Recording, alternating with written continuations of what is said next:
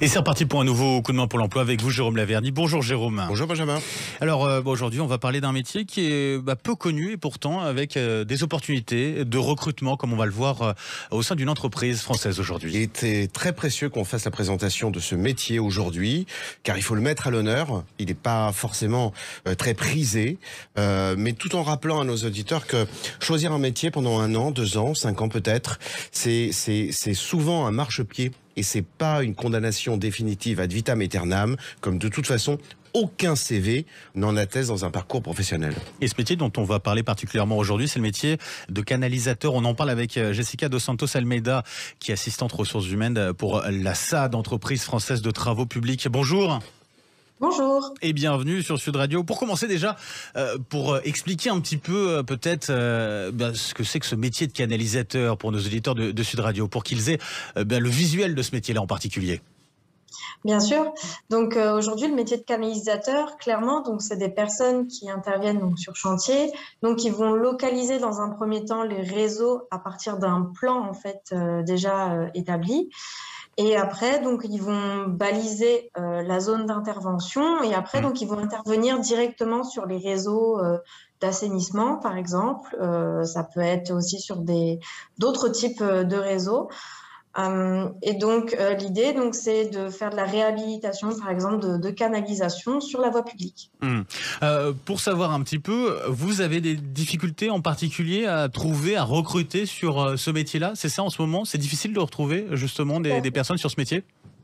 Tout à fait. Donc, comme d'autres entreprises de notre secteur d'activité, c'est difficile de recruter ce type de profil.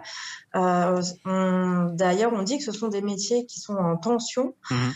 Et donc, ayant conscience de ces difficultés de recrutement, donc on s'est tourné vers l'alternance, donc qui aujourd'hui est un axe majeur sur lequel on travaille afin de pérenniser nos savoir-faire et aussi de valoriser nos collaborateurs donc, qui vont transmettre leur savoir. Jérôme Laverny. Juste une petite question pour rebondir sur votre mention de l'alternance. Avec une sénatrice, Dominique Vérien, nous avons demandé au gouvernement notamment que les aides pour les contrats d'alternance soient étendues au-delà de 29 ans. Est-ce que cela correspondrait aussi à votre public ? Oui, tout à fait. D'accord. Deuxième question, je le disais en introduction, quelles sont les possibilités d'évolution de ce métier? Comment peut se construire une carrière à partir de ce métier? Mais à partir de ce métier-là, donc on a des salariés chez nous donc, qui démarrent en tant que canalisateurs, qui vont évoluer vers un poste de chef d'équipe, puis chef de chantier, et si ils ont aussi cette ambition-là d'évoluer vers même un poste de conducteur de travaux. Vous dites qu'à la SAD, vous avez fait le choix notamment de mettre en avant l'alternance. Comment vous les accompagnez concrètement, ces alternants? Eh bien aujourd'hui, comme on a conscience que les alternances, c'est notre avenir, donc on a monté tout un dispositif au sein de notre direction régionale d'Île-de-France. Donc nous avons établi donc, des blocs de compétences sur lesquels sont évalués nos alternants. Donc, ils sont encadrés par plusieurs tuteurs sur le terrain, à savoir un canalisateur, un chef de chantier et un conducteur de travaux, avec lesquels donc, on transmet les éléments des blocs de compétences que nous avons identifiés. Et il est déterminé ensuite donc, des dates sur lesquelles ils seront évalués chaque trimestre. Oui. Directement sur le site de notre direction régionale où nous avons un espace dédié à ces évaluations.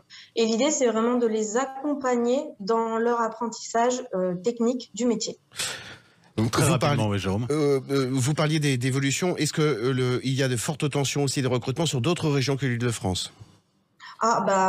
En tout cas, sur ce type de métier, c'est l'ensemble du territoire qui est concerné par cette activité de recrutement. Tout à fait.